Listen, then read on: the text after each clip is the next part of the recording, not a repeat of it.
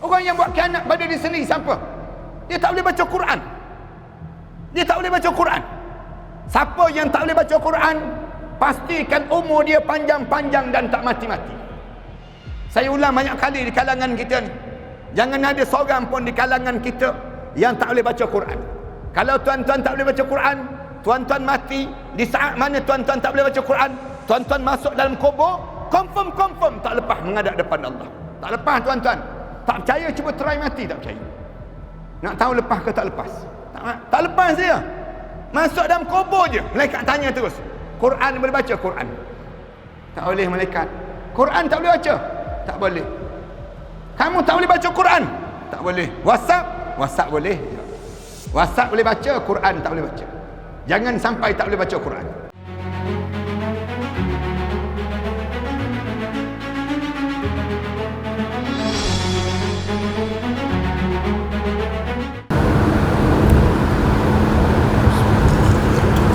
Assalamualaikum warahmatullahi ta'ala wabarakatuh. Alhamdulillahi rabbil alamin. Wassalatu wassalamu ala ashrafil anbiya'i wal mursalin wa ala alihi wa sahbihi ajma'in. Subhanaka la ilma lana illa ma 'allamtana innaka antal alimul hakim. Rabbi shrah li sadri wa yassir li amri wahlul 'uqdatam min lisani yafqahu qawli. Rabbi yassir wa la tu'assir wa tammim bil khair. Qala Allah Ta'ala fi kitabil aziz ba'da a'udzu billahi minasyaitonir rajim. Bismillahirrahmanirrahim. Hatta idza jaa ahadahumul maut qala rabbi irji'un la'alli a'malu salihan fima tarakt kalla innaha kalimatun huwa qailuha wa min waraihim barzakhun ila yaumi yub'atsun. Sehinggalah sampai saat kematian di kalangan mereka tersebut. Apabila mati saja anak Adam ini, lalu mula dibaringkan jenazahnya di dalam kubur, tiba-tiba keluar daripada mulut masing-masing menyebut, wahai Tuhanku, berilah peluang untuk aku kembali hidup di atas dunia. Kalaulah aku diberi kembali peluang untuk hidup di atas dunia, aku akan lakukan balik setiap amalan yang telah aku tertinggal untuk aku lakukan waktu mana aku hidup dahulu. Lalu jawablah wahai malaikat pada orang yang telah mati ini, kalla, sekali-kali jangan kamu harap kamu akan hidup kembali. Innaha kalimatun huwa qailuha, hanya mulut-mulut kamu saja yang mengulang kata untuk kembali hidup. Wa min waraihim barzakhun ila yaumi yub'atsun, sedangkan di belakang kamu, mulai daripada saat ini kamu akan melalui saat barzakh, sampailah kamu dibangkitkan balik di hadapan Allah Subhanahu wa ta'ala nanti. Surah Al-Mu'minun ayat yang ke-99 dan ayat yang ke-100. Imam, pengurusi dan ahliatan kuasa masjid, para alim ulama, para sahabat-sahabat ahli jemaah yang dihormati sekalian. Pertamanya, marilah sama-sama kita mengaturkan rasa syukur yang tak terhingga kita kepada Allah di atas nikmat panjangnya umur kita ini. Di saat mana kita sedang berkumpul ini, tak adalah dalam sejarah dunia yang di mana Allah matikan manusia seramai ini. Hampir-hampir dekat dengan 1 juta orang yang dimatikan oleh para malaikat Allah. Yang mati ini kalau mengikut kiraannya 970,000 lebih yang mati dengan pandemik COVID-19 ini. Manakala yang kena saja COVID-19 ini dekat dengan 32 juta orang. Dalam jumlah itu, nama kita tak termasuk dalam jumlah tersebut. Alhamdulillah, Allah sayang pada kita. Allah bagi peluang lagi pada diri kita untuk kita meneruskan perjalanan hidup kita ini. Tapi janganlah pula kita rasa bahawa bila kita tak kena COVID-19 dalam hidup kita ni, maka kita ni tak mati-mati dah pada diri kita. Jangan kita rasa demikian. Sebab ramai di kalangan kita ni, dia takut dengan kena COVID-19. Lalu ketakutan dia itu menyebabkan dia tak buat amalan.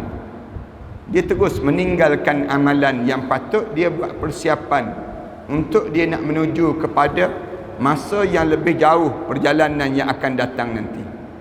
Orang kita bila kena tempoh PKP macam ni, yang tak datang masjid, berkekalan tak datang masjid. Patutnya lepas pada buka masjid ini, semakin ramailah orang datang untuk datang ke masjid. Kenapa? Kerana kita bayangkan bagaimana keadaan kita kalau sekiranya kita dimatikan oleh Allah. Kita jangan jadi macam orang kafir yang mereka ni hidup, mereka berusaha untuk hidup di dunia. Tetapi orang Islam, dia tidak berusaha untuk hidup di dunia, dia berusaha untuk hidup di akhirat. Ini cara dalam hidup kita. Kita bukan berusaha untuk nak kekal di dunia ini. Orang kafir boleh jadi mereka hidup berusaha nampak dunia ni merupakan nikmat dalam hidup mereka. Rasulullah pun ajar pada kita demikian. Rasulullah sebut, ad-dunya sijnun lil mu'min wa jannatul lil kafir. Dunia ni penjara bagi orang mukmin, manakala menjadi syurga bagi orang kafir. Orang kafir berusaha jangan bagi mati. Kita dalam hidup kita, kita jangan nampak mati itu kita kena usaha supaya jangan bagi mati. Tak. Tetapi kita dalam hidup kita kena usaha bagaimana nak hidup lepas pada mati. Nak hidup lepas pada mati ni merupakan satu tanggungjawab dalam kehidupan kita untuk kita berusaha pada setiap ketika dan setiap masa. Kerana kita sedia maklum dalam hidup kita ni, ayah-ayah, ibu-ibu, dalam hidup kita ni Allah bukan jadikan kita hidup untuk dunia saja. Depan kita ni ada 3 lagi alam yang kita kena lalui. Alam apa yang kita kena lalui 3 lagi di hadapan ini? Alam sama ada alam barzah. Ni alam yang kita akan sampai sekejap lagi. Semua di kalangan kita ni sedang beratur menunggu giliran untuk sampai kepada alam barzah. Kemudian lepas pada kita hidup di alam barzah, berakhirkah perjalanan hidup kita? Tak lagi. Kita kena hidup lagi di alam yang keempat. Alam keempat dipanggil alam mahsyar. Alam yang dibangkitkan balik dan dikumpulkan balik. Kemudian kita akan hidup lagi. Lepas pada alam mahsyar, kita kena hidup lagi di alam yang kelima. Alam kelima dipanggil alam sa'idun au saqiyun. Alam bahagia ataupun alam celaka. Alam syurga ataupun alam neraka. Bahasa yang senang kita sebut. Dalam keadaan begini, suasana hidup kita ni para haniskan, jangan kita fikir hanya nak hidup di atas dunia. Jangan. Ini tanda tak cerdik dalam hidup. Rasulullah diajar orang mukmin dia kena fikir bagaimana dia nak hidup lepas pada dia mati nanti. Pernah tak terbayang dalam hidup kita macam mana kita nak buat bila kita malam tamu kita dalam kubur? Ayah-ayah, ibu-ibu, pernah tak kalian fikir macam mana nak buat waktu mana tak ada lagi orang sediakan makanan, tak ada lagi orang yang tolong basuh pakaian kita, hari tamu kita dalam kubur, saat mana kita mula diletak jenazah kita dalam kubur, macam mana kita nak buat waktu mana berdiri malaikat munkar dan nakir di hadapan muka kita, di saat mana amalan kita mula dihalau oleh para malaikat munkar dan nakir tersebut. Macam mana kita nak buat untuk kita nak jawab bila ditanya oleh malaikat munkar dan nakir, tanya pada kita, ma rabbuka wa ma nabiyuka wa ma dinuka. Macam mana kita nak buat bila kita tak boleh jawab? Saat mana malaikat tanya, tiba-tiba kita tak boleh jawab. Dalam kubur, baru hari pertama dalam kubur.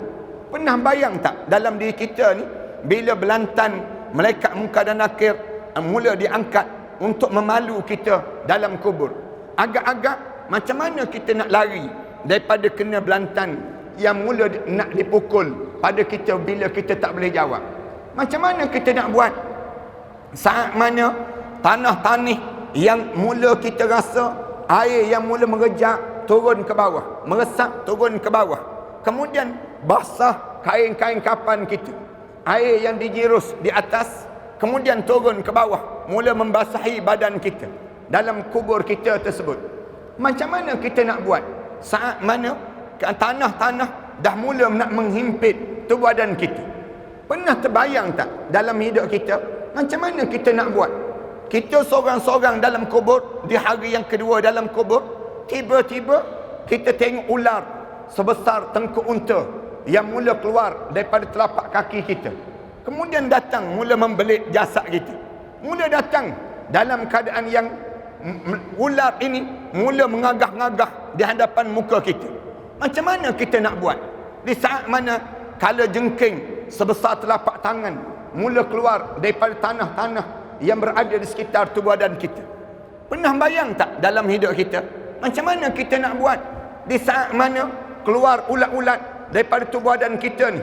Bunyi ulat ni makan daging-daging kita, memamah tulang-tulang kita, krak-krak sedang mamah tulang-tulang kita. Macam mana kita nak buat biar kita boleh lepas daripada suasana demikian? Tu baru alam tama, baru alam yang kita nak lalui depan kita ni. Banyak lagi hari-hari yang kita nak lalui di alam barzah tersebut. Sampailah kita bangun di padang mahsyar. Macam mana kita nak buat di saat mana nama kita bangun-bangun, orang ramai nak suruh nama kita dipanggil oleh Nabi Muhammad sallallahu alaihi wasallam. Dalam khalayak manusia yang ramai, tiba-tiba nama kita dipanggil oleh Rasulullah untuk minum di telaga Kausar Rasulullah. Macam mana kita nak buat? Bayang dalam hidup kita, waktu mana melayang suratan amalan manusia, tangan kanan je yang terangkat, tangan kiri jangan terangkat. Macam mana kita nak jadikan tangan kita ni terangkat? Jangan tangan kiri yang terangkat. Tiba-tiba tangan kiri terangkat, tangan kanan tak terangkat. Na'udzubillah min zalik. Tiba-tiba keadaan yang berlaku demikian. Anda tak terbayang dalam hidup kita? Dalam hidup kita ni, macam mana kita nak lalu titian sirat yang ngauman api neraka kat bawah tersebut bukan main lagi kuat. Syahiqan wahya tafur, bunyi tu bertompek meraung. Api neraka tu hampir-hampir pecah. Hampir-hampir pecah neraka tersebut. Takadu tamayyazu minal ghais, hampir-hampir pecah neraka tu. Kerana kuatnya api tersebut, kita nak lalu atas titian sirat, nak boleh lepas berada dalam syurga Firdaus Allah, dan kita boleh bersimpuh di sisi Nabi Muhammad sallallahu alaihi wasallam. Ayah, ibu-ibu, kalau kalian pernah berfikiran macam tu dalam hidup kita, ini tanda orang cerdik. Orang yang cerdik dalam hidup. Cerdik ni bukan orang yang hidup dia bangun celik mata, mula fikir nak makan apa pagi hari ni, nak jalan ke mana hari ni, nak dapatkan pakaian apa hari ni, apa dia nak order daripada Lazada hari ni, benda apa yang kita nak beli hari ni, benda apa yang kita nak dapatkan hari ni, benda apa dalam hidup kita. Kalau sekadar itu yang kita fikir, tak lebih dan tak kurang bagaikan si kafir yang tak memahami perjalanan yang akan datang di akhirat Allah Subhanahu wa taala. Hidup orang mukmin ni hidup yang dia mesti mula berfikiran jauh. Kenapa kena berfikiran jauh? Berfikiran kita ni mesti jauh. Jawabnya kerana depan kita ni kita akan berjumpa dengan tiga alam yang besar. Tiga alam ini kalau kita baca dalam Al-Quran dan dalam hadis Rasulullah sallallahu alaihi wasallam, alam tersebut kita akan pecah terus. Kita tak sama dah. Hari ni boleh jadi kita duduk sama. Boleh jadi kita boleh hari ni kita susah, kita boleh minta tolong dengan kawan-kawan kita. Tapi bila kita masuk dalam kubur, furada, mula berjalan seorang-seorang. Kama khalaqnakum awwala marrah, sebagaimana kamu didatangkan di awal-awal dahulu seorang-seorang. Para hadirin sekalian, kalau kita sebut tentang barzah depan kita ni, dan sampai kita masuk dalam syurga tadi, bila nak masuk saja dalam kubur, ulama kata ada 3 kelompok manusia terus. Masuk je, bila mula kita mati, ada 3 terus kelompok manusia. Kelompok yang pertama yang disebut dengan orang yang beriman pada Allah. Orang yang hidup penuh kegembiraan. Bila sebut saja mati, suka dia. Alhamdulillah, bila aku diberi nikmat mati, bila Allah bagi pada diri aku, menikmati dengan kematian ini. Ada orang yang rasa seronok dengan mati. Seronok dengan mati ni kita akan bincang panjang. Kerana orang yang mati syahid berlumba untuk mati syahid. Allah Subhanahu wa taala sebut, "Faminhum minal mu'minina rijalun sadaqu ma ahadullah alaih." Di kalangan orang mukmin ni, orang yang dia seronok sungguh untuk dia menghadap depan Allah. Rijalun, dia benar-benar menunjukkan bukti pada Allah. Aku ni betul-betul rasa cinta pada Allah. Sadaqu ma ahadullah alaih. Dia tak tunjuk yang dia ni betul-betul, yang dia ni akan laksanakan apa yang dijanji dengan Allah. Faminhum man qada nahbah. Ada di kalangan mereka yang gugur di jalan Allah. Wa minhum man yantazir. Ada di kalangan mereka yang sedang menunggu-nunggu saat gugur di jalan Allah. Orang ni bila dia masuk saja dalam kubur, di kalangan orang mukmin ini, dia tidak ada rasa ketakutan, tidak ada rasa penyesalan, tidak ada dalam diri dia perasaan was-was pada diri dia. Kenapa? Kerana dia telah mempersiapkan diri dia di atas dunia. Siap dah dalam hidup ni. Di kalangan orang yang betul-betul mempersiapkan diri untuk melangkah ke alam barzah. Saya akan sebut siapa yang bersiap ini. InsyaAllah kita akan sebut sekejap lagi. Tapi ada golongan kedua yang bila masuk melangkah ke alam barzah. Golongan kedua yang masuk dalam barzah ni, siapa dia? Di kalangan orang kafir. Na'udzubillah min zalik. Orang kafir yang tak beriman pada Allah. Mereka dia tak yakin adanya alam barzah. Bagi mereka, hidup di atas dunia ni sekali je peluang. Bila masuk dalam kubur, bagi mereka sebut, mereka yang akan hancur segala nikmat. Ini Allah cerita panjang dalam Al-Quran yang kita tak nak bincang panjang pada malam ini terhadap golongan ini. Tapi ada golongan yang ketiga yang saya nak sebut pada tuan-tuan. Yang golongan ketiga yang masuk dalam kubur siapa? Yang melangkah ke alam barzah. Golongan orang-orang yang menyesal bila menghadap di hadapan Allah. Ini golongan ketiga. Golongan ketiga, golongan orang Islam tapi dia menyesal. Penuh penyesalan. Masuk dalam kubur tu, dia mula menyesal yang tak habis-habis dalam hidup ni. Golongan ini kebanyakan di kalangan kita. Orang yang dalam hidup dia di atas dunia, dia tak bersiap langsung. Dia tahu ada barzah. Dia tahu ada pada mahsyar Allah. Dia tahu ada yang disebut dengan syurga neraka Allah. Tapi dia tak buat persiapan langsung untuk menuju ke sana.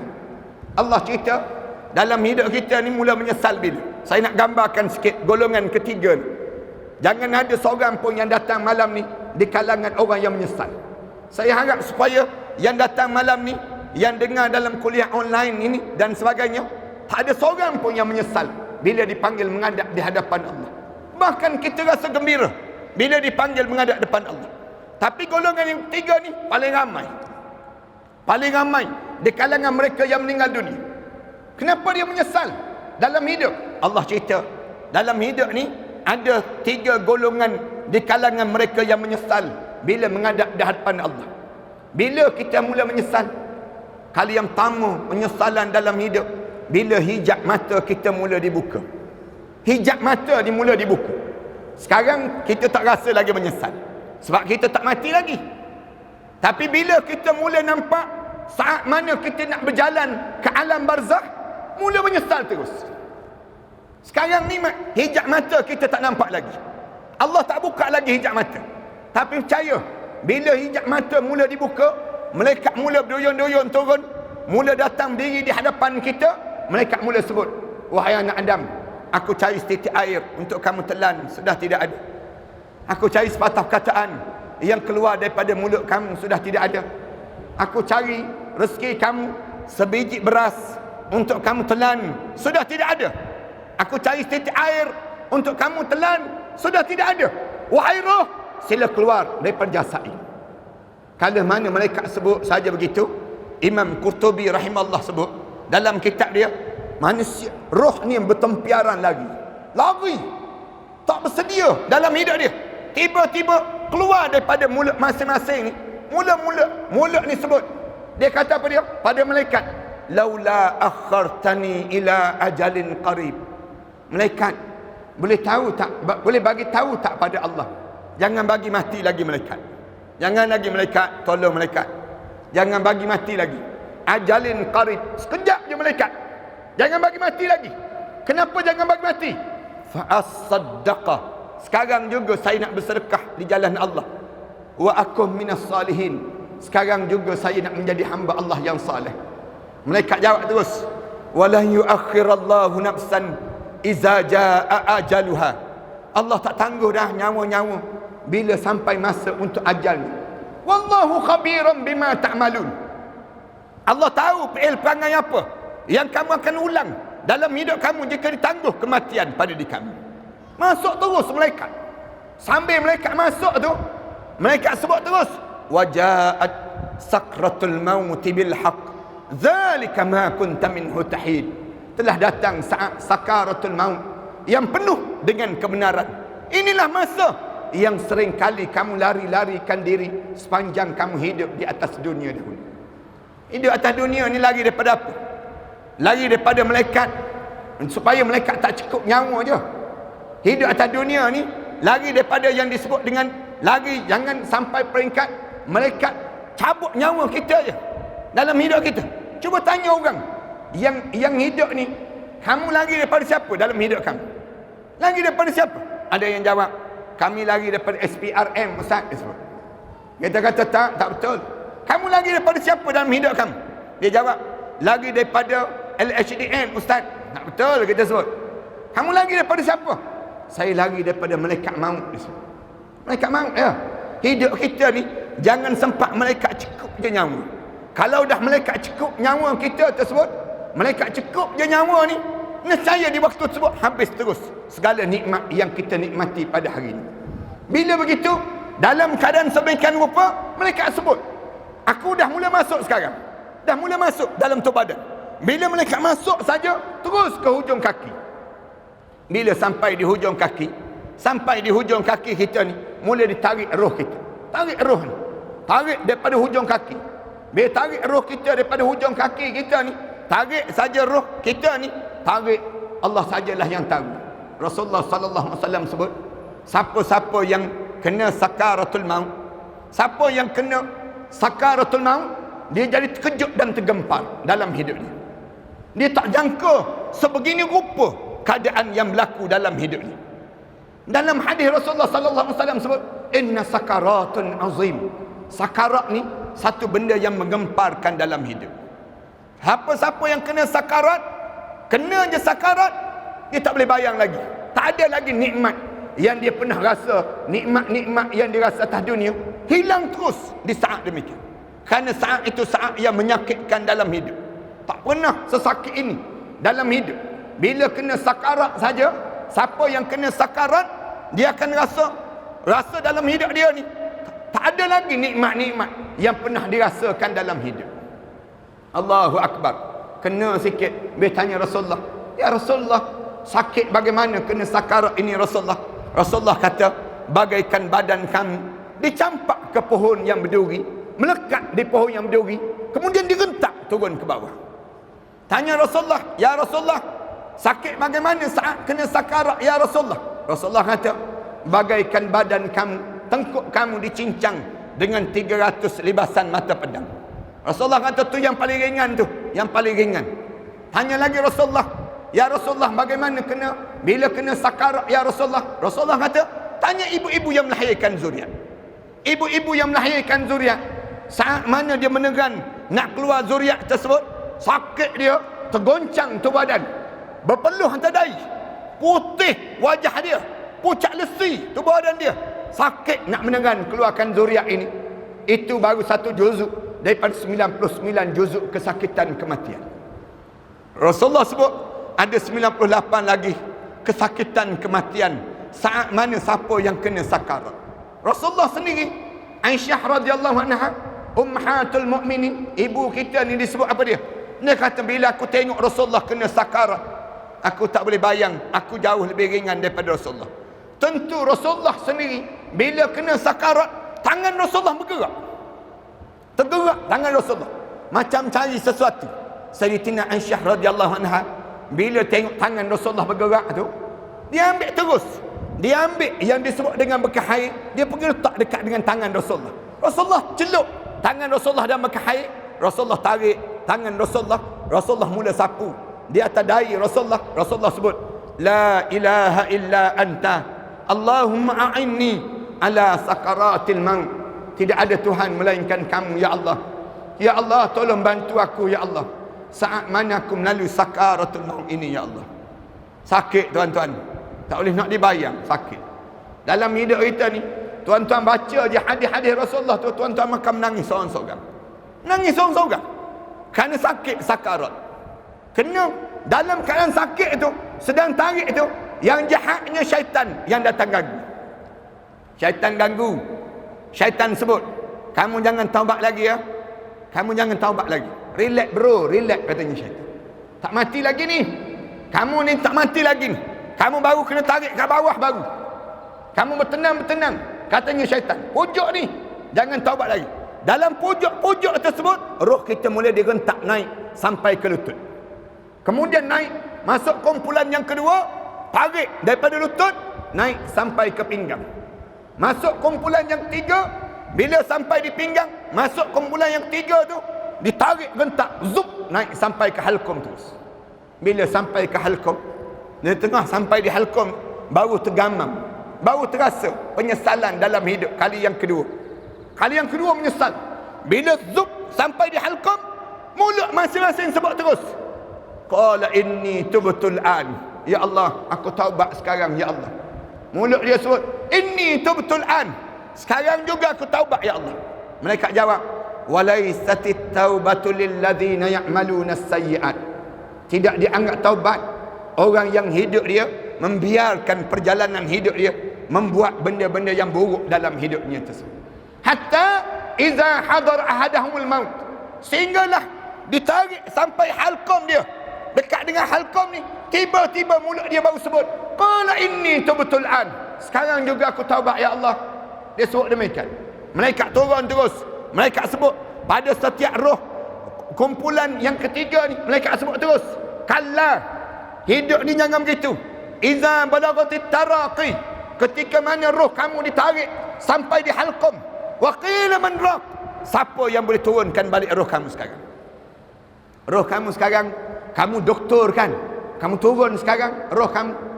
Kamu ustaz kan, kamu turun sekarang roh kamu. Wa qila man raq, siapa yang boleh turunkan balik roh kamu sekarang? Wa zanna annahu al-firaq, baru perasan mata ni terbeliak. Wa zanna annahu al-firaq, dia perasan yang dia ni akan berpisah dah daripada jasad dia ni. Wal taffatis saq bis-saq, mata ni terbeliak, pandang kanan, pandang kiri, saat mana roh dia nak keluar daripada jasad. Jasad keluar je daripada jasad ni, bunyi kak sekali sebut, keluar terus melalui mata masing-masing. Keluar tu bau busuk yang amat sangat. Rasulullah sebut, masuk dalam bekas yang warna hitam. Bila bau busuk sebusuk-busuk tersebut, malaikat sambil keluar tu, malaikat tepuk roh tersebut. Celakalah roh ni, bangsatlah roh ini, hidup dalam keadaan jahat, mampus pun dalam keadaan jahat. Bila tarik keluar masuk dalam bekas tersebut, roh ni diangkat naik terus. Saya ringkaskan saja, tuan-tuan detailkan dalam pengajian kuliah-kuliah maghrib. Tuan-tuan panggil mana-mana ustaz untuk cerita saat sakaratul maut macam mana. Belajar tuan-tuan. Kalau tuan-tuan tak belajar, nanti tuan-tuan akan kaget bila kena sampai saat sakarat nanti. Belajar. Jangan tak belajar tentang bagaimana nak melalui sakarat. Kalau tuan-tuan tak belajar nanti, tuan-tuan tak akan mampu nak melalui saat itu. Ramai dah orang kita gagal di saat mana melalui sakarat. Ramai dah di kalangan kita. Kerana masa sakarat ni, masa di antara hidup dengan dunia dengan nak pergi ke akhirat. Tuan-tuan datang, saya nak minta supaya AJK Masjid panggil khusus ustaz mengajar macam mana kita nak lalui masa sakarat dalam hidup kita. Masa sakarat ni masa yang paling penting dalam hidup. Bila keluar saja roh kita ni, bermula kematian dalam hidup. Mati itu bermula bila? Bermula daripada mata kita ni mula mengeluarkan roh. Bila keluar saja roh, tu baru bermula mati. Mati kita baru start daripada mati.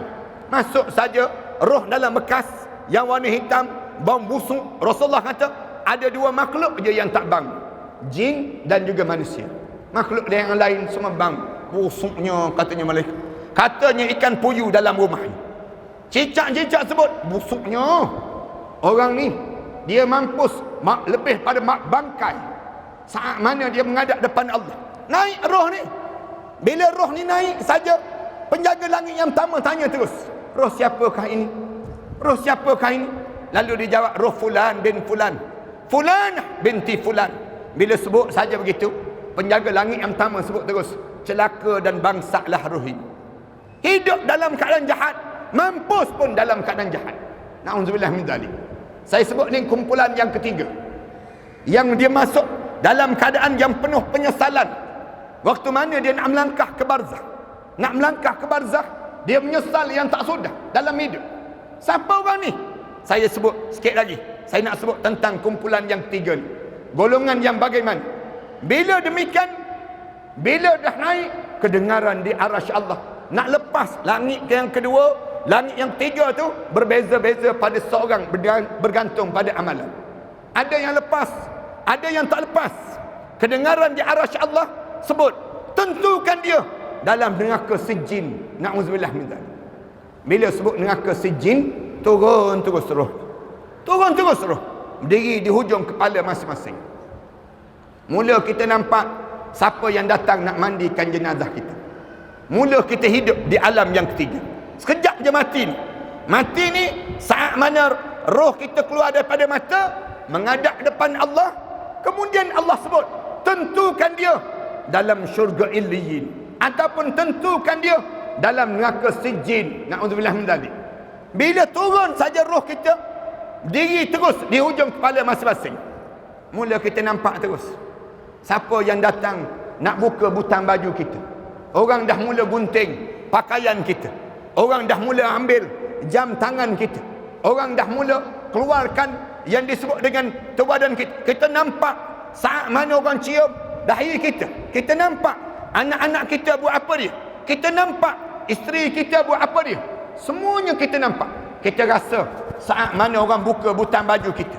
Kita rasa saat mana orang usung jenazah kita dibawa sampai perkuburan. Kita boleh bilang berapa orang yang sembahyangkan solat jenazah kita. Kita sebut pada orang mandi jenazah kita sebelum daripada ni. Perlahan-perlahan, sakit mati tadi belum habis lagi kita sebut. Kita rasa semua saat yang demikian. Bila bawa sampai ke kubur, kita nampak. Bila jenazah kita letak je dekat kubur kita ni, nampak terus di hujung kaki kita berdiri dua orang malaikat munkar dan nakir, warna hitam kebiru-biruan, untuk memulakan perjalanan hidup di alam barzakh yang sekejap lagi yang kita akan lalui. Hidup ke tak hidup? Hidup. Hidup tuan-tuan. Sekejap je perjalanan hidup di dunia. Ringkas je kita rasa. Baru je kita kahwin, tiba-tiba meninggal dunia. Baru je kita rasa berkejaya, kita meninggal dunia. Baru je kita berkeluarga, tiba-tiba kita rasa kita dah meninggal dunia. Dunia ya, sekejap dan sementara saja. Bila sampai ke kubur, tengok kita diri melekat di hujung kaki kita ni. Orang angkat je jenazah kita. Angkat je jenazah kita. Nak turun dalam kubur tu, rasa terus pengalaman yang pertama yang disebut dengan himpitan kubur. Himpitan kubur bukan azab kubur. Ni pun kena belajar juga ni. Nak suruh ringan himpitan kubur. Rasulullah sallallahu alaihi wasallam sebut, tak ada seorang pun di kalangan umat aku yang boleh terlepas daripada himpitan kubur. Yang dia boleh buat ialah meringankan himpitan kubur. Himpitan kubur ni kena tak kena, semua kena. Rasulullah kata, kalau ada di kalangan umat aku yang boleh selamat daripada himpitan kubur, nescaya Sa'ad bin Mu'az lah orang yang pertama yang boleh terlepas daripada himpitan kubur. Sa'ad bin Mu'az pun tak terlepas. Sa'ad bin Mu'az di antara sahabat Rasulullah, waktu mana dia gugur syahid, bergegar arasy Allah, menangis para malaikat Allah. Waktu mana diusung jenazah Sa'ad bin Mu'az, mendung awan. Awan tu mendung mengiringi jenazah Sa'ad bin Mu'az. Bila tanya pada Rasulullah, kenapa mendung ya Rasulullah? Di siang hari tengah-tengah sebegini. Rasulullah jawab, malaikat-malaikat Allah mengiringi Sa'ad bin Mu'az seramai, aku diberitahu seramai 70,000 para malaikat Allah yang mengiringi jenazah Sa'ad bin Mu'az, sehingga akan menjadikan mendung hari tersebut. Tapi Sa'ad bin Mu'az, bila jenazah dia mula turun saja dalam kubur, bila turun saja jenazah Sa'ad bin Mu'az, waktu mana turun saja kena terus ping tersebut, sekali je kena himpitan kubur, menjadi halus selai rambut, kata Rasulullah. Depan Rasulullah sekali kena tu, ping sekali tu halus selai rambut. Kemudian kembang balik jenazah Sa'ad bin Mu'az. Sahabat-sahabat tanya Rasulullah, kenapa Sa'ad bin Mu'az kena juga ya Rasulullah? Rasulullah jawab, kerana Sa'ad bin Mu'az tak bersih air kencingnya, dia tak jaga air kencing dia. Lalu tanya pada keluarga Sa'ad bin Mu'az, kenapa Sa'ad bin Mu'az kena himpitan kubur juga, padahal dia patut boleh selamat dah? Keluarga Sa'ad bin Mu'az jawab, kami dengar daripada Rasulullah, dia tak bersih air kencing dia. Oleh kerana dia tak bersih air kencing dia, maka dia terkena juga himpitan kubur tersebut. Lalu sahabat-sahabat tanya pada keluarga Sa'ad bin Mu'az, macam mana dia tak boleh bersih air kencing dia? Lalu keluarga Sa'ad bin Mu'az jawab, boleh jadi. Kerana apa dia? Kerana Sa'ad bin Mu'az, dia pulang daripada permusafiran sekali, dia kencing sambil berdiri. Oleh kerana tersebutlah dia terkena himpitan kubur. Sekali je dia kencing sambil berdiri.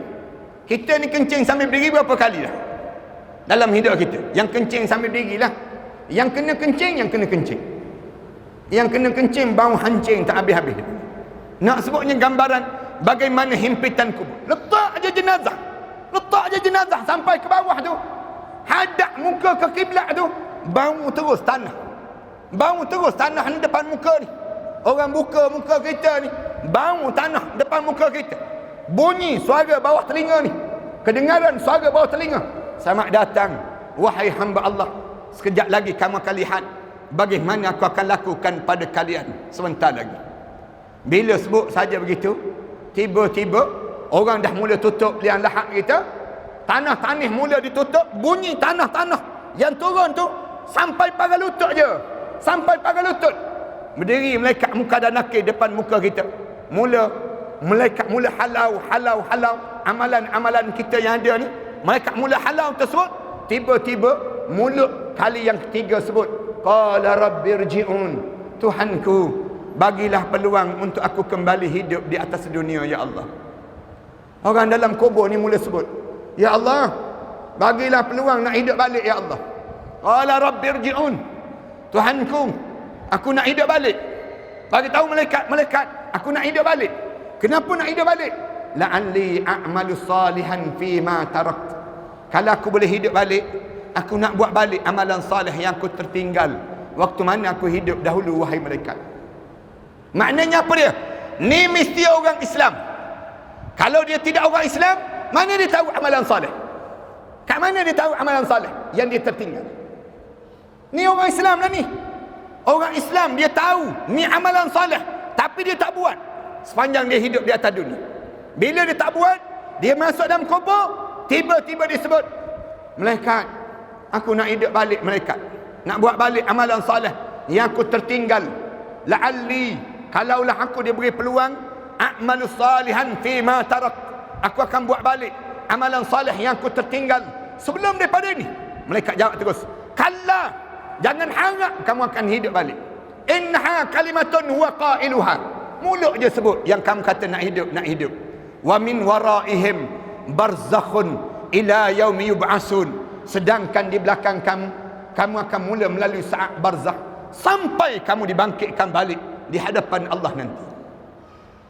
Tuan-tuan tanya pada saya, tuan-tuan minta saya bercakap selangkah ke barzakh. Saya nak berhenti setakat ni je.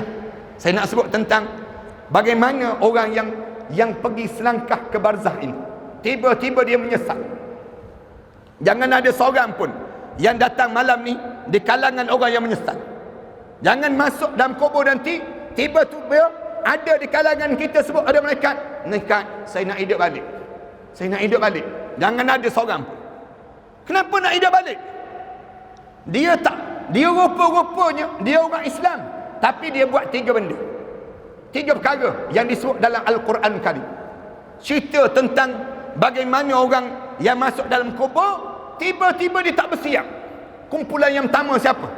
Yang Allah cerita dalam surah An-Nisa ayat yang ke-97. Innal ladzina tawaffahumul malaikatu zalimi anfusihim. Orang-orang yang dimatikan oleh malaikat Allah di saat mana dia sedang melakukan kezaliman pada dirinya sendiri. Orang kita buat khianat pada diri kita sendiri. Kita tak jaga kita. Kita buat khianat pada diri kita. Orang kita kan jahat tak sedar dalam hidup dia bukan khianat pada orang, dia buat khianat pada diri sendiri. Ramai di kalangan kita tak sedar yang kita sedang buat khianat pada diri kita sendiri. Siapa orang yang buat khianat pada diri sendiri? Orang yang dengar azan, dia tak datang sembahyang berjemaah, dia buat khianat pada diri dia sendiri. Dia tak boleh sebut padan muka tu imam, aku tak datang. Dia tak boleh sebut demikian. Dia kena sebut padan muka aku kerana aku tak datang. Dia tak boleh ejek tu imam. Dia tak boleh sebut pada AJK masjid, tak boleh. Orang yang khianat pada diri sendiri siapa?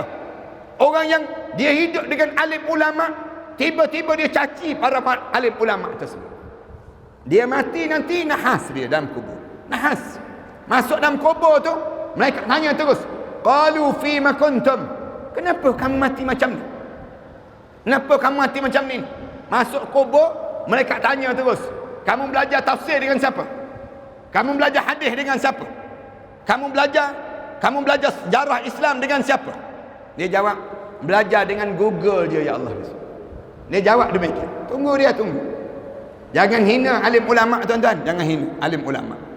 Jangan biar jari-jari kita ni mencaci maki para alim ulama. Jangan demikian. Dalam hidup kita, jangan jauh dengan alim ulama. Kamu buat khianat pada diri sendiri. Orang yang buat khianat pada diri sendiri siapa? Dia tak boleh baca Quran. Dia tak boleh baca Quran. Siapa yang tak boleh baca Quran, pastikan umur dia panjang-panjang dan tak mati-mati. Saya ulang banyak kali di kalangan kita ni, jangan ada seorang pun di kalangan kita yang tak boleh baca Quran. Kalau tuan-tuan tak boleh baca Quran, tuan-tuan mati di saat mana tuan-tuan tak boleh baca Quran, tuan-tuan masuk dalam kubur, confirm tak lepas menghadap depan Allah. Tak lepas tuan-tuan. Tak percaya cuba try mati, tak percaya. Nak tahu lepas ke tak lepas? Tak lepas dia. Masuk dalam kubur je, malaikat tanya terus, Quran boleh baca? Quran tak boleh malaikat. Quran tak boleh baca? Tak boleh. Kamu tak boleh baca Quran? Tak boleh. WhatsApp boleh. WhatsApp boleh baca, Quran tak boleh baca. Jangan sampai tak boleh baca Quran. Jangan, tak boleh. Kalau tuan-tuan tak boleh baca Quran, tuan-tuan datang jumpa dengan AJK Masjid. Bagi tahu pada AJK Masjid, saya antara ahli qaryah yang tak boleh baca Quran. Saya tak nak mati dalam keadaan saya buat zalim pada diri sendiri. Saya tak nak mati dalam keadaan saya buat khianat pada diri saya sendiri. Itu cara demikian. Bagi tahu pada AJK. AJK tolong umum. Hari Jumaat je umum.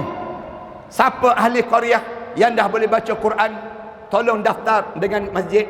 Siapa ahli qaryah yang tak boleh baca lagi Quran, tolong daftar dengan masjid. Ketemukan mereka. Sedarakan mereka bagai ansar dan juga muhajiri. Biar kita boleh kumpulkan data demikian. Boleh satukan mereka, sedarakan mereka. Kamu bersaudara dengan orang ni, belajar dengan dia ni, sampai kamu boleh belajar membaca Al-Quran. Yang sahabat kita yang boleh baca Quran ni, diajar pada orang yang tak boleh baca Quran. Diajar pada orang tak boleh baca Quran. Ini cara yang diajar dalam Islam. Bagi tahu pada AJK, saya antara ahli qaryah yang tak boleh baca Quran. AJK pula jangan pula jawab bertenang. Sebenarnya saya pun tak boleh baca juga, katanya AJK. Jangan jawab demikian, buat malu company je. AJK kena boleh baca Quran. Kena belajar dengan imam. Kena belajar dengan ustaz-ustaz yang ada. Kena ada di kalangan kita demikian. Jangan malas untuk datang belajar dan belajar Al-Quran. Kerana Quran ni hudan linnas, menjadi petunjuk dalam hidup kita. Kalau Quran tak boleh baca, nak tunjuk apa dalam hidup? Kalau Quran pun tak boleh baca, kamu ikut petunjuk mana dalam hidup kamu? Quran pun tak boleh baca, pelik betul dalam hidup. Tentu kamu ikut Facebook, tentu kamu ikut Instagram, Tentu kamu ikut yang namakan dengan orang-orang yang entah datang daripada mana, yang menyesatkan dalam hidup kamu. Ini menyebabkan orang kita ni tak dapat jadi kesatuan di kalangan orang Islam. Punca apa? Punca kita tolak Al-Quran. Kita tak yakin hidup kita dengan Quran. Kalau kita ni yakin hidup kita ni sampai ke akhirat, Quran mesti boleh baca.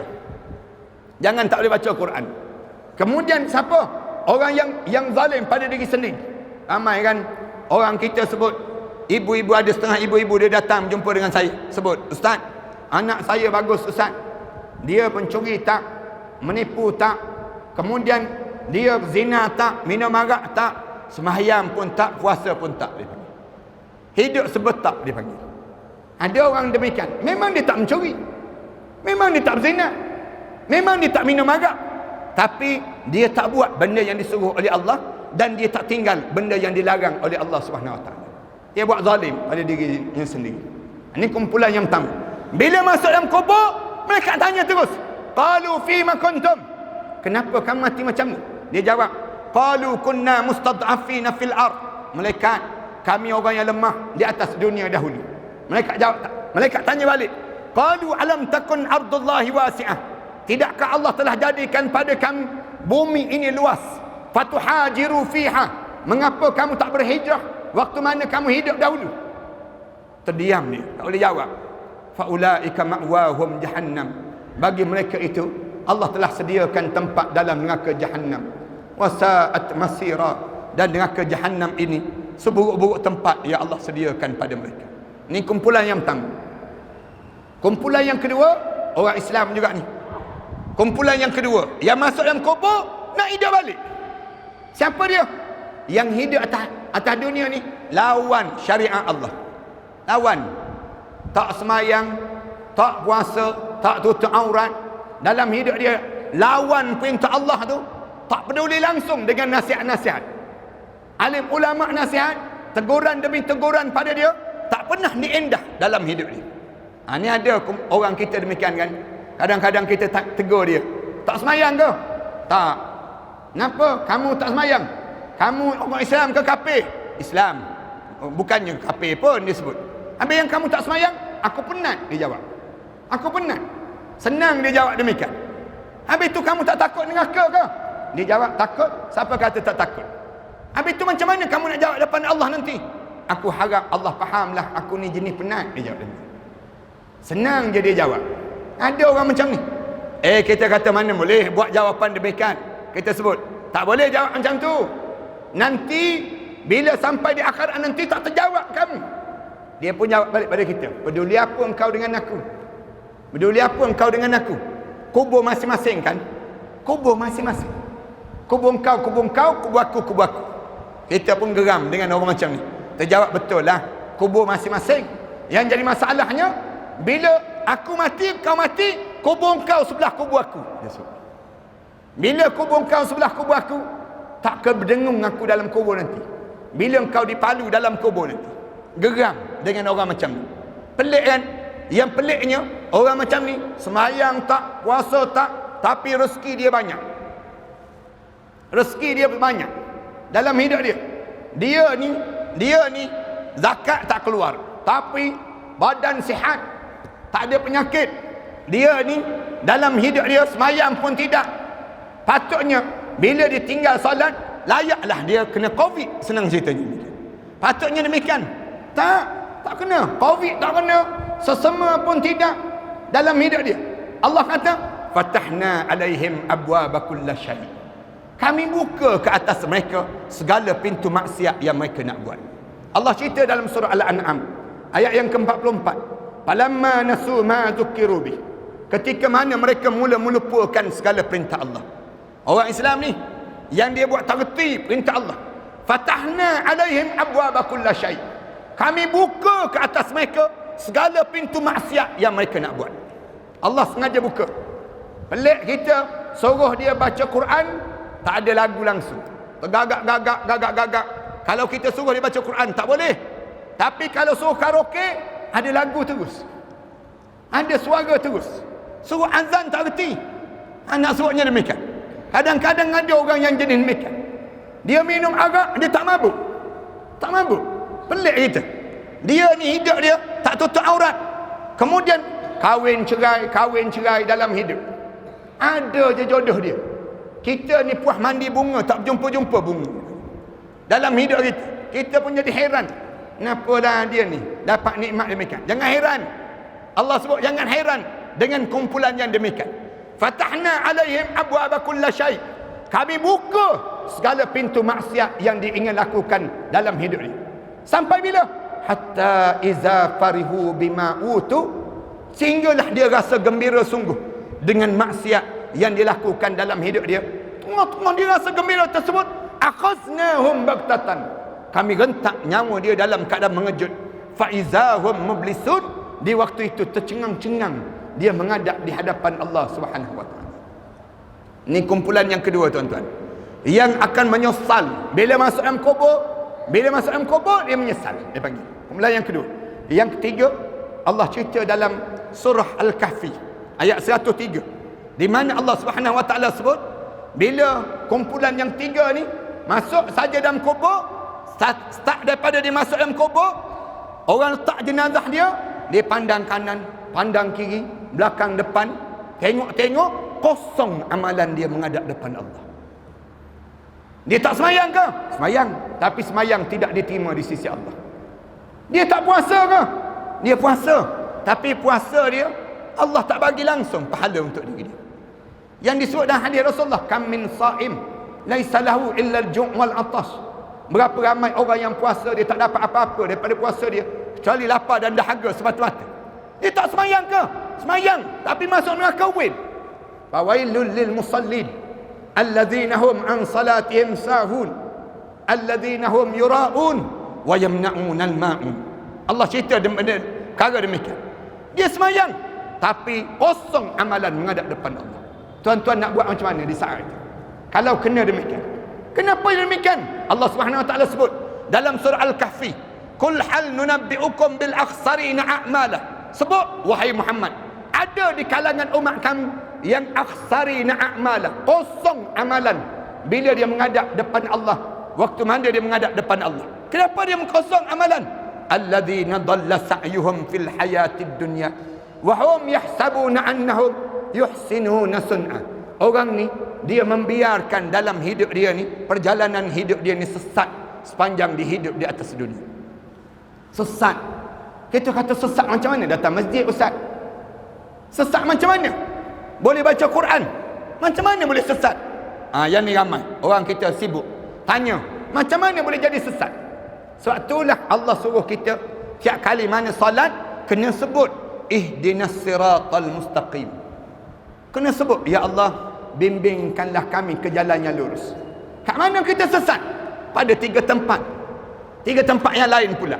Yang jadi sesat bila kita hidup atas dunia, tak sedar kita dalam kantung musuh, dalam lubang musuh. Tak sedar kita berada di kalangan mereka. Kat mana sesat?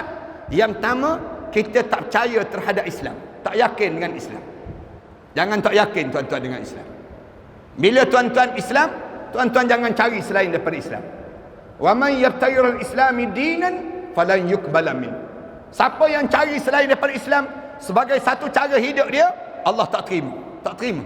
Wa huwa fil akhirati minal khasirin. Di akhirat nanti dia pasti akan menyesal. Jangan percaya dengan nasionalis. Jangan percaya dengan sekularis. Jangan percaya dengan liberalis. Mereka ni penipu-penipu kita. Mereka ni menyesatkan kita. Orang kita jangan terlibat. Tuan-tuan jangan terlibat, tuan-tuan.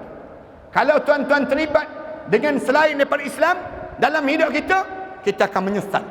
Menyesal, kosong amalan kita. Habis terus. Islam ni dia tak nak disyirikkan. Allah Subhanahu wa taala dia tak nak kita campur. Islam sikit, liberalis sikit. Islam sikit, nasionalis sikit. Tak ada. Bila kamu sebut Islam, al-Islam huwal Islam. Islam ni Islam. Jangan percaya dengan ekonomi kapitalis. Jangan percaya dengan pendidikan sekular. Jangan percaya dengan politik liberal. Jangan percaya dengan keyakinan hidup kita selain daripada Islam. Jangan. Dalam hidup kita hanya Islam. Yang kita terima hanyalah Islam. Yang ni kena ingat betul-betul.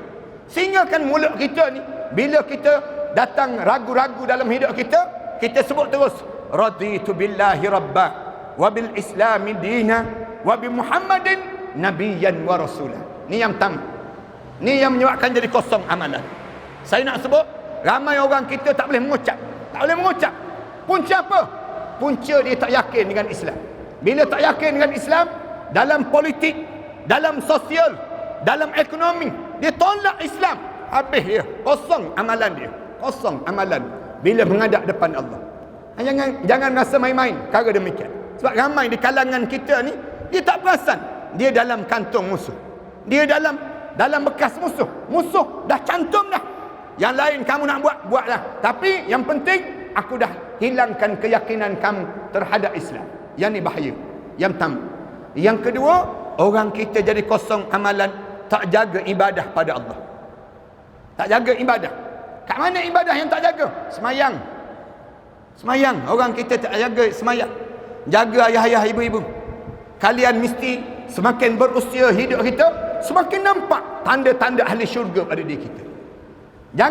Jangan kita ni malas untuk merupakan diri kita ahli syurga. Biar nampak tanda-tanda ahli syurga pada diri kita. Lagi berusia, lagi orang tengok, dia tu ahli syurga dah. Merebut saf yang pertama. Bila sembahyang tu nampak teresak-esak menangis. Nangis teresak-esak. Waktu mana kita solat, ni kita jaga Allah. Maksudnya kita jaga betul-betul kita dengan Allah. Orang tanya, kenapa datang masjid awal lagi? Belum masjid buka lagi dah sampai dah kita. Pukul 5 pagi dah sampai dah di masjid. Saya tak sabar untuk dapat saf yang pertama. Tuan-tuan tengok kan, orang buka Masjid Nabawi itu kan, berlari berkejaran. Nak pergi ke mana? Dapat saf yang pertama. Nak dapat di Raudah. Nak sebutnya gambaran bagaimana nikmatnya di saat demikian. Ni solat. Solat kena jaga, jangan tinggal. Ayah-ayah, ibu-ibu, kalian jangan tinggal solat walaupun 1 rakaat dalam hidup kalian. Ada kesempatan sekarang, qada solat yang lepas dalam hidup. Qada. Jangan malas untuk nak qada. Qada benar. Walaupun qada ni tidak disebut dalam hukum fiqh khusus, tapi saya nak sebutnya gambaran apa dia? Gambaran pada kita qada juga. Nak sebut ada Allah, ya Allah, dulu aku jahil, sekarang aku dah mula faham terhadap solat menjadi asas dalam hidup. Yang kedua yang kita kena jaga sangat. Apa dia? Jaga Quran. Jaga Quran dalam hidup ibadah pada Allah. Kemudian yang ketiga saya nak sebut ni, yang ketiga, tolong alihkan segala aset-aset di dunia ke akhirat Allah sebelum kita masuk dalam kubur seorang-seorang. Yang ni saya sebut di mana-mana pun. Tuan-tuan jangan jadi penyimpan harta untuk dunia, tetapi simpanlah harta untuk akhirat. Jangan simpan harta untuk dunia. Kalian akan menyesal nanti. Ramai orang kita cari harta sampai hujung nyawa, dia mati masuk dalam kubur seorang-seorang. Dia masuk seorang-seorang. Dia kena jawab terhadap harta yang ditinggalkan ini. Jangan tuan-tuan hantar ke akhirat sekarang. Macam mana nak hantar ke akhirat? Kita berjumpa dengan AJK Masjid, kita wakaf, kita sedekah, kita hibah, kita bagi tahu semua. Kita buat semua sekarang. Maknanya kita sedang hantar harta-harta kita ke akhirat. Manakala untuk anak-anak kita, panggillah anak-anak kita. Abah ni dah umur 60 tahun. Abah tak guna dah harta ni. Abah nak sebut pada kamu, Abah ni bila-bila masa akan menghadap depan Allah. Harta yang ada ni kamu ambil bahagian siap-siap di kalangan kamu. Abah ada lebih kurang 60,000 duit. Kamu ada 6 beradik, ambil 10,000 seorang. Harta ni yang ada ni 10,000 seorang. Kita sebut demikian. Manakala rumah yang tinggal ni jangan siapa rebut rumah ni. Habis tu abah nak buat apa? Rumah ni abah nak bawa ke akhirat. Macam mana nak bawa ke akhirat? Kita sebut, kita datang jumpa dengan AJK Masjid, bagi tahu pada AJK Masjid, kalau saya meninggal dunia, rumah tu, isteri saya dah meninggal dunia, rumah tu menjadi milik masjid. Saya wakaf untuk masjid. Kita sebut demikian. Biar masjid terima wakaf kita ni. Bila kita meninggal dunia, kita masuk dalam kubur, berjumpa balik rumah kita. Tak percaya, cuba try mati sekali lagi. Nak tahu jumpa tak jumpa dalam hidup kita. Masuk kubur, jumpa balik. Alhamdulillah, sempat wakaf, sempat infak. Kereta kita, anak-anak kita mana nak pakai pun. Kalau ada pun dia berebut nanti. Jadi baik kita wakaf. bagi pada masjid. Saya wakafkan kenderaan itu, isteri saya meninggal dunia, saya meninggal dunia, kereta tu menjadi milik masjid. Itu cara demikian. Banyak mana manfaat. Masjid buat satu jawatan kuasa khusus untuk mengurus harta-harta wakaf. Harta-harta wakaf yang dimiliki oleh orang Islam, yang diserahkan pada masjid. Masjid jual pada orang Islam yang lain di bawah pagar harga.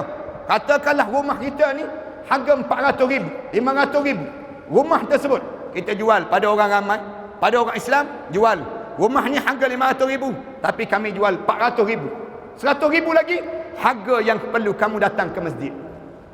Kamu perlu datang ke masjid. Sebab tuan dia di antara orang yang mengimarahkan masjid. Kamu 100,000 tu kamu kena datang masjid. Tu harga dia. Bila kamu mati nanti, kamu wakaf balik masjid. Rumah kamu tadi wakaf balik pada masjid. Masjid manfaatkan pada kerja-kerja yang banyak dalam kerja-kerja orang Islam. Ini benda-benda yang kita kena faham. Konsep dia panjang dalam kehidupan kita. Dua. Yang ketiga, yang menyebabkan kosong amalan kita kerana kita buruknya akhlak. Buruknya akhlak. Akhlak apa yang buruk, tuan-tuan? Akhlak apa yang buruk? Lagi tua, lagi perangai hodoh yang keluar daripada mulut kita. Suka mencarut, suka memaki orang. Jangan ayah-ayah, ibu-ibu. Bila kalian tua, kalian dah berusia, jangan sibuk nak memaki orang. Jangan sibuk nak mencaci. Jangan biarkan tulisan-tulisan kita ni sampai peringkat orang left group kerana perangai kita. Tulisan-tulisan yang kasar. Kadang-kadang kita berkelahi, bukan berkelahi dengan orang lain pun, berkelahi dengan anak menantu je. Kadang-kadang anak menantu tu tak sanggup nak balik ke rumah kita. Punca apa? Punca bahasa kita yang kita guna tu mencalar perasaan mereka. Jangan demikian. Jaga mulut, jaga kata-kata, jaga akhlak. Akhlak kita apa dia? Akhlak ahli syurga. Pakai wangi-wangian. Jangan duduk tempat yang busuk-busuk. Jangan. Kemudian bersihkan tempat kita. Pakaian kita pakaian yang menggambarkan ahli syurga. Datang masjid nampak kemas je. Begitulah tubuh badan kita. Biar kita ni nampak demikian. Jaga akhlak kita dengan keluarga kita. Kita dengan keluarga kita. Akhlak kita dengan siapa? Yang sering kita tercalar. Saya nak sebut orang lelaki, kalian sering mencalar hati-hati ayah dan ibu kalian. Dalam tak sedar kita mencalarkan hati mereka. Mana ayah-ayah, ibu-ibu, kalian ada anak lelaki, kalian akan terasa hati dengan anak lelaki kalian. Kenapa terasa hati? Kerana orang lelaki sibuk nak jaga isteri dia. Nak jaga isteri dia sehingga dia tertinggal mak dan ayah dia. Yang tu silap dalam hidup. Dia biarkan mak ayah dia tu dibela oleh orang lain, dijaga oleh orang lain. Dia tak sanggup nak jaga. Kenapa tak sanggup? Isteri saya tak sesuai dengan mak saya, ustaz. Isteri saya tak boleh dengan mak saya. Kalau isteri kamu tak boleh, kamu kena cerai isteri kamu. Kamu kena jaga mak kamu. Takkan kamu nak jaga isteri kamu sehingga kamu sanggup derhaka pada mak ayah kamu? Fikir logiklah sikit dalam hidup. Dalam hidup kita ni, kalau isteri kita kata, saya tak boleh dengan mak abang. Mak abang tu bom busuk. Mak abang tu begini-begini. Dia sebut, isteri itu sebut, pilih antara saya ataupun mak abang. Kita sebut pada isteri, sebut pada isteri yang demikian, engkau tu aku cerai. Isteri boleh cari lain, mak ayah tak boleh cari. Mak ayah tak boleh cari. Wahai lelaki yang dayus, saya nak sebut, kalian jangan jadi dayus dalam hidup, sehingga kan kalian tunduk pada isteri kalian, kalian sanggup menyinggung hati mak ayah kalian. Satu dosa besar yang kalian lakukan. Tak berkatnya hidup bila kita menyinggung hati mak ayah. Isteri, saya nak sebut, orang perempuan, di saat mana suami kalian ada mak ayah, ada mak mertua, ayah mertua, mak kita lah tu, ayah kita lah tu, pastikan kita jangan sibuk mengacau suami kita untuk dia jaga mak dan ayah. Mak ayah ni menjadi besar dalam hidup orang lelaki. Tiba-tiba suatu hari kita kata, saya banyak kerja ustaz, tak boleh nak jaga mak saya sakit, saya terpaksa jaga. Saya ada pilihan sama ada nak kerja ke nak jaga mak. Kamu berhenti kerja, kamu jaga mak kamu. Dia tanya, habis tu nak makan apa? Nak makan apa kalau kerja? Nak jaga mak? Adalah rezeki yang Allah akan bagi nanti. Baitul Mal, Islam suruh Baitul Mal, kamu tolong orang macam ni. Yang disebut dengan pusat zakat, kamu bantu orang macam ni dalam hidup mereka, kerana mereka berkhidmat kepada mak dan ayah tersebut. Isteri jangan pula buat pilihan. Jangan tekan suami masing-masing. Jangan tinggikan suara di hadapan suami. Saya nak pesan banyak kali pada orang perempuan, kalian jangan angkat suara kalian depan suami kalian. Kalian angkat suara kalian depan suami kalian, hancur lebu amalan-amalan kalian tersebut. Tak usah ceritalah hebat macam mana pun kita semayang. Tak usah ceritalah hebat macam mana pun amalan yang kita buat. Kalau kita bercakap kasar depan suami kita, hancur amalan-amalan kita. Suami itu besar dalam hidup. Kenapa diam semua macam pernah kena macam ni? Nak sebutnya, ramai di kalangan kita ni, dia dalam tak sedar dia jadi takut dengan isteri. Takut dengan isteri. Bahaya tuan-tuan. Jangan begitu. Tuan-tuan, jangan ada perasaan kita jadi demikian, sehingga tertinggal mak ayah kita dalam hidup kita. Fikir biar betul sikit dalam hidup. Bagi tahu pada isteri, saya ada ayah, saya ada mak. Saya ada mak mertua, saya ada ayah mertua. Mereka ni besar dalam hidup saya. Kamu tu isteri saya. Kamu kena ingat, kamu kena jaga saya lebih daripada kamu jaga segala-gala dalam hidup. Itu cara demikian. Tapi jangan pula ambil kesempatan demikian untuk merendah-rendahkan isteri kita pula, sehingga kan isteri kita menjadi takut yang amat sangat dengan suami. Pun tak boleh juga. Biarlah hidup dalam keadaan berkasih sayang. Yang saya maksudkan, hidup kita ni kita tahu ini hak yang perlu ditunaikan. Yang ni hak yang perlu kita tunaikan dalam hidup. Orang perempuan hak dia dengan suami, manakala orang lelaki hak dia dengan mak ayah dia yang besar dalam hidup. Ni tak rela menipu mak ayah semata-mata nak jaga hati isteri dan anak-anak. Ini satu kesilapan besar yang sedang berlaku di kalangan kita. Rela tipu mak ayah. Mak sebut tak balik ke cuti ni, mak nak buat kenduri. Dia jawab, tak boleh mak, saya ada kerja. Padahal dia dah berjanji dengan anak isteri dia nak pergi melancong. Nak pergi melancong. Lalu mak dia pun sebut, kalau begitu mak tak buatlah kenduri, sebab mak ingat kamu balik. Dia sebut demikian. Kadang-kadang dia balik seorang, isteri dia tak balik. Isteri dia sebut, saya tak nak balik rumah abang, saya tak nak balik. Dia sebut demikian. Lalu ditinggal isteri dia. Dia tinggal isteri dia, dia balik seorang. Sampai di rumah, mak dia tanya, mana isteri kamu? Mana anak-anak kamu? Dia banyak kerja mak, dia begini-begini. Padahal kamu nak jaga hati isteri kamu rela menipu depan mak kamu. Tengok bagaimana peliknya orang kita. Dia menipu mak dia. Dia rela. Bila cuti sekolah je, dia bawa pergi melancong. Mak anak-anak dia, isteri dia pergi melancong. Pergi ke Wuhan pula tu, dia panggil macam. Pergi jauh. Rela dia pergi negara. Rela dia pergi tempat merata. Lalu isteri dia ambil gambar dia. Isteri, anak-anak ambil gambar, post dalam Facebook. Tunjuk gambar keluarga. Ambil gambar suami isteri. Lagakan kepala ni. Letung, laga kepala. Laga kepala ni. Tunjuk dalam Facebook. Kebetulan mak mertua dia ada Facebook juga. Dia panggil. Mak mertua dia memandang. Oh, anak aku dah mula menipu aku. Dia mula bagi tahu. Tengok, abang kamu buat khianat pada ibu kan. Ibu ni dulu tak pernah nak menipu. Makanan dalam mulut ni keluar bila abang kamu tu nganga mulut. Ibu keluar dalam mulut ni. Ibu dia sebut, angkat tangan, ya Allah, anak aku menipu aku, ya Allah. Tuan-tuan ingat tuan-tuan boleh masuk syurga?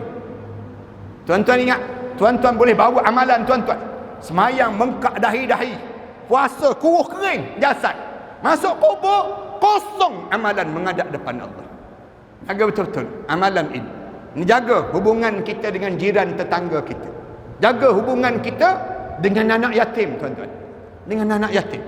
Ramai orang kita tak peduli anak yatim. Padahal anak yatim tu, dia di kalangan anak saudara kita je anak yatim tersebut. Kadang-kadang anak yatim tu bukan orang lain. Menangis teresak-esak malam-malam. Nak bayar yuran ni, nak bayar yuran, tak boleh bayar yuran. Saya, pengalaman saya ingat lagi. Waktu mana saya kecil-kecil dahulu, arwah ayah saya meninggal dunia awal. Saya rasa macam mana periknya menjadi anak yatim. Perik jadi anak yatim, tuan-tuan, tak sama, tuan-tuan. Tengok ibu kita menangis malam-malam dalam sujud dia, kita turut sama menangis. Anak yatim ni menangis. Tengok ibu bangun di awal-awal pagi, masak, buat kuih, macam-macam nak jual ni, nak suruh ada kehidupan, nak suruhnya demikian. Kita tengok keperitan ibu kita. Bila kita tengok periknya ibu kita tersebut, kita rasa bagaimana dalam keadaan yang sukar sedemikian rupa. Anak yatim jangan tinggal dalam hidup. Allah Subhanahu Wa Taala sebut, ara'aital ladzi yukadzibu bid-din. Kamu tahu siapa yang pendusta agama? Fadzalikal ladzi yad'ul yatim. Mereka itu yang tak mempedulikan anak yatim. Anak yatim ni bukan musim Ramadan je. Anak yatim ni bukan musim raya je untuk dijadikan bahan untuk kita nak bagi sumbangan. Tak, bukan musim tersebut. Anak yatim ni sepanjang musim mesti kita jaga dalam hidup kita supaya kita boleh selamat bila kita menghadap depan Allah. Mudah-mudahan malam yang baik ini Allah kurniakan pada kita semua yang hadir malam ni di kalangan ahli syurga Allah Subhanahu Wa Taala. Allah selamatkan kita daripada terhumbat daripada api neraka Allah. Allah jadikan barzah kita barzah yang indah. Tuan-tuan, jadikanlah malam ini malam penyaksian yang waktu mana kita menghadap depan Allah nanti, kita boleh bagi tahu, ya Allah, aku datang dah. Dalam kuliah dahulu, aku dah dengar dah apa yang sepatut aku lakukan, ya Allah. Dan kita harap supaya setiap kehadiran kita ini menjadikan ganjaran pada kita untuk melayakkan kubur kita menjadi taman pada taman-taman syurga, insya-Allah. Sehingga kan kita boleh bersimpuh di sisi Nabi Muhammad sallallahu alaihi wasallam. Terima kasih di atas jemputan yang baik ini. Terima kasih di atas kehadiran tuan-tuan. Mudah-mudahan Allah jadikan tempoh kita ini tempoh yang menyembuh segala penyakit yang sedang diderita ini sendiri. Aku qouli hadza wa astaghfirullah li wa lakum. Wassalamualaikum warahmatullahi taala wabarakatuh. Bismillahirrahmanirrahim. Alhamdulillahirabbil alamin. Wassalatu wassalamu ala rasul amin wa ala alihi wa sahbihi ajma'in. Rabbana iftah bainana wa bain qaumina bil haqq wa anta khairul fatihin. Rabbana hab lana min azwajina wa dhurriyyatina qurrata a'yun waj'alna lil muttaqina imama. Rabbana atina fid dunya hasanah wa fil akhirati hasanah wa qina adzaban nar. Walhamdulillahi rabbil alamin.